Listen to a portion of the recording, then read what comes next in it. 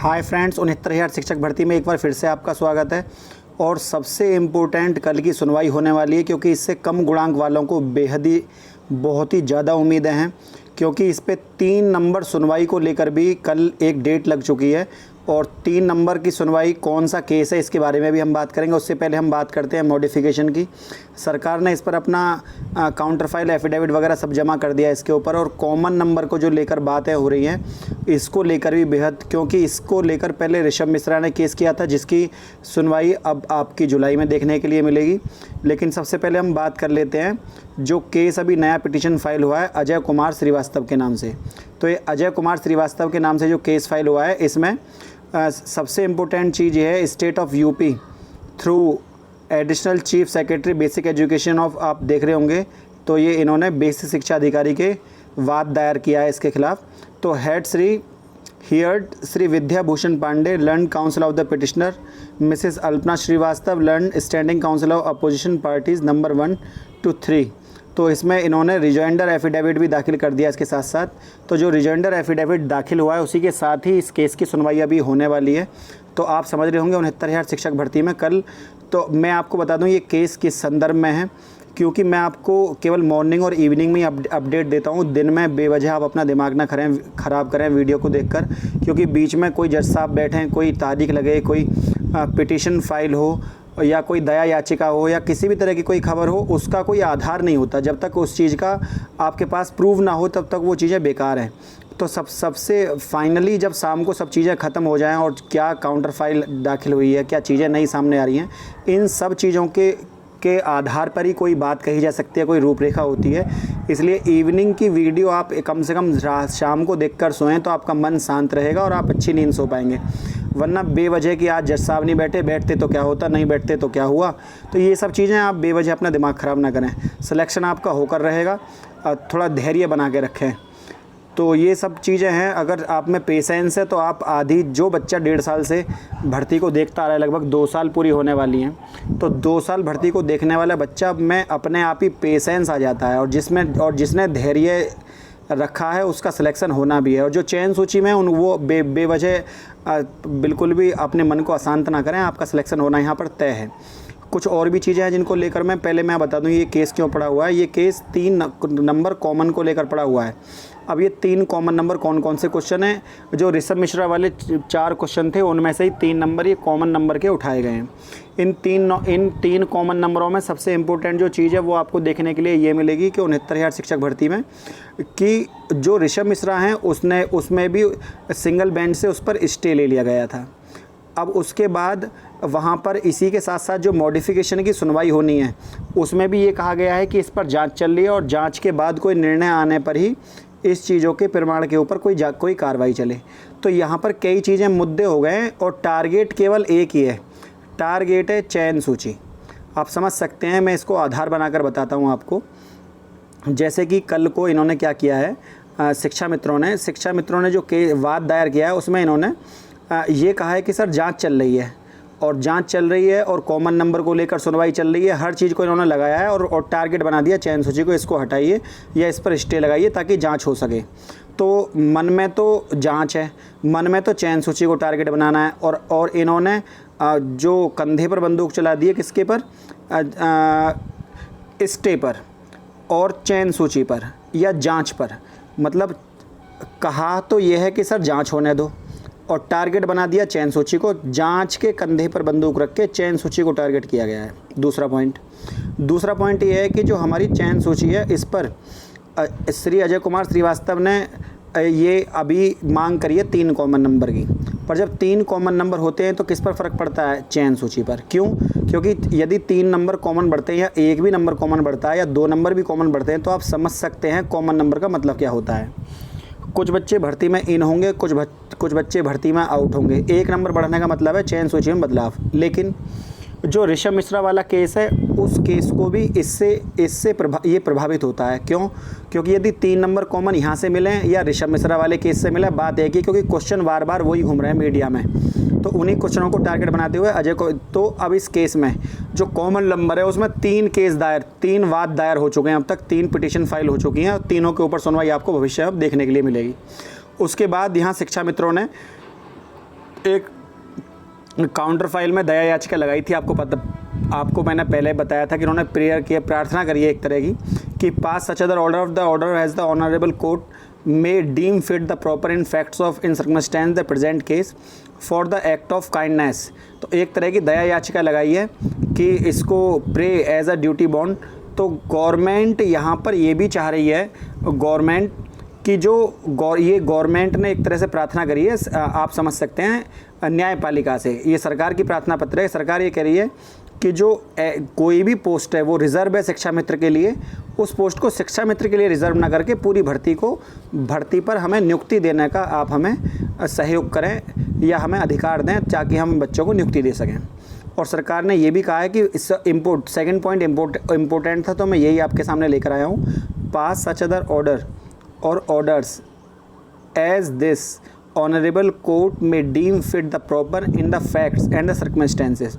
कोई भी चीज़ यदि सत्य है और प्रॉपर है तो सत्य के आधार पर एंड सर्कमस्टेंस और परिस्थितियों को देखते हुए ऑफ द प्रेजेंट केस की आप हमें ऑनरेबल कोर्ट में बी डीम फिट, तो आप हमें इस चीज़ में आग्रह किया गया है कि आप हमें एक तरह की दया याचिका, आप हमें अधिकार दें, आप हमें आदेश दें, ताकि हम इस चीज़ के ऊपर भर्ती पूरी कर सकें। तो इस तरह की दया याचिका आपके सामने आई है। ये केस मैंने आपको बता दिया कौन सा था। उसके अलावा मॉडिफिकेशन जो दाखिल की थी सूबेदार Singh state of UP Singh, इसकी भी सुनवाई कल है। मॉडिफिकेशन फाइल हो चुकी है, 90 पन्नों का पूरा पेज है इसके ऊपर, और 55/700/2020 ये नंबर है इसका। हम सुनवाई के लिए पूरी तरह से तैयार हैं। इस बेहतरीन रिप्लाई के लिए यूपी बेसिक एजुकेशन के विधिवेत्ता एवं team engaged Shri council RK Singh साहब के कई सीनियर अधिवक्ताओं ने कुशल कारीगरी रही है। आज टीम अपने रिप्लाई से पूरी तरह जीत के प्रति आश्वस्त है। तो 69,000 शिक्षक भर्ती में अब चीज़ें ये आपके लिए देखने के लिए मिलेंगी,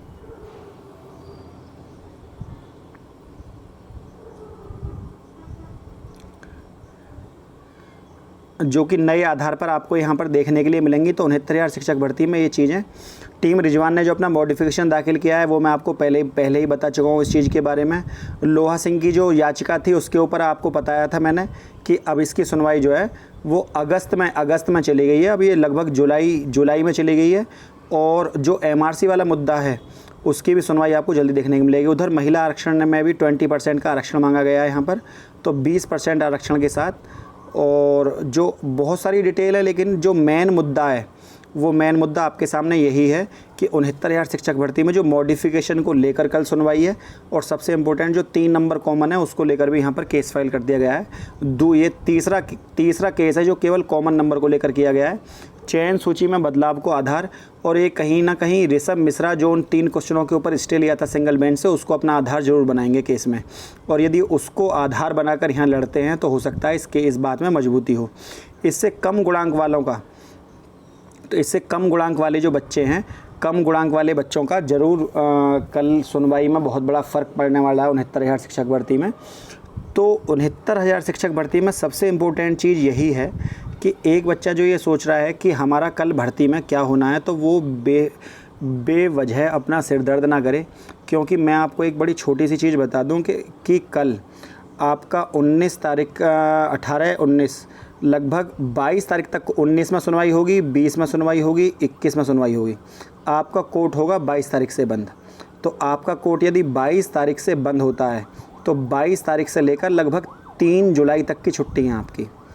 तो यदि 22 तारीख से यदि 3 जुलाई तक की छुट्टी है तो 3 जुलाई तक छुट्टी के बीच में भी सरकार यहाँ पर अर्जेंसी फ़ाइल दाखिल कर सकती है और सरकार को पूरा अधिकार है। सरकार अगर यहाँ पर अर्जेंसी फ़ाइल लगाती है तो ऐसा नहीं है कि 3 जुलाई में ही केस को सुनवाया जाए।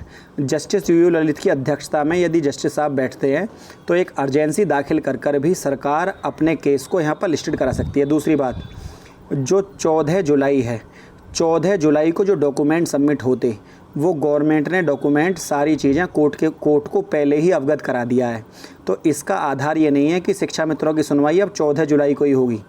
शिक्षा मित्रों की सुनवाई जो कल होगी वो भी अपने आप में बहुत ज़्यादा महत्वपूर्ण है। दूसरी बात, जो वर्तमान परिस्थितियाँ उनको देखते हुए, क्योंकि आपको पता होगा कि विजुअल कोर्ट करने वाला उत्तर प्रदेश पहला राज्य बन गया है, तो विजुअलिटी के इस तरह की चीज़ों के आधार पर जहाँ पर जो जज हैं उनको छुट्टी लेने में कोई विशेष लाभ नहीं होता है और बहुत सारे केस पेंडिंग पड़े हुए हैं और दया याचिका भी लगाई गई है वहाँ पर, तो आपको पता होगा, ये इसके बारे में आपको बता चुका हूँ।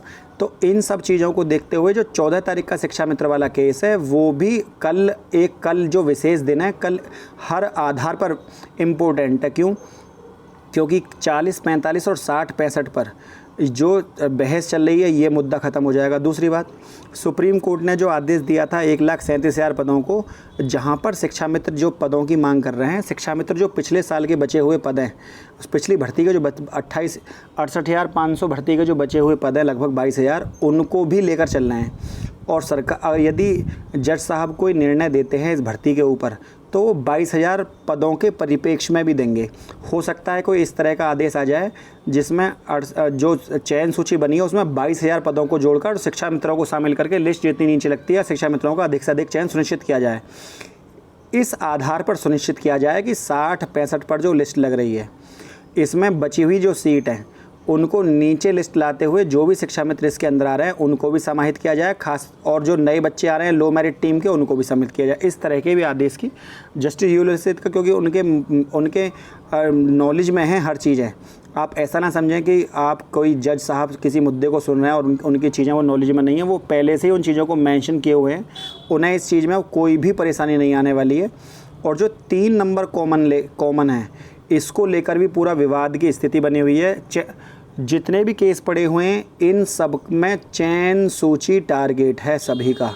तो ये बच्चे जो चयनित हो गए हैं वो बिल्कुल भी टेंशन न लें, चाहे सरकार को यहाँ पद बढ़ाने पड़ें, लेकिन आपकी चयन सूची यहाँ पर बिल्कुल भी बदलने वाली नहीं है। सरकार पहले भी इशारा कर चुकी है इस चीज़ के ऊपर, शिक्षा मित्रों से भी सरकार कह चुकी है यदि आप 40-45 पर भी जीतते हैं तो हमारे पास पदों की कमी नहीं है।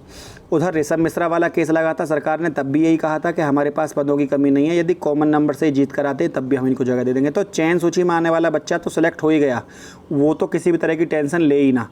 इतना हो सकता है कि सत्य को जीतने में देर लगे पर अंधेर नहीं है। आप थोड़ा वेट करिए और अपना नियुक्ति पत्र मिलने का इंतज़ार करिए, भयभीत ना होइए, आराम से सोइए, कोई दिक्कत नहीं है किसी भी तरह की।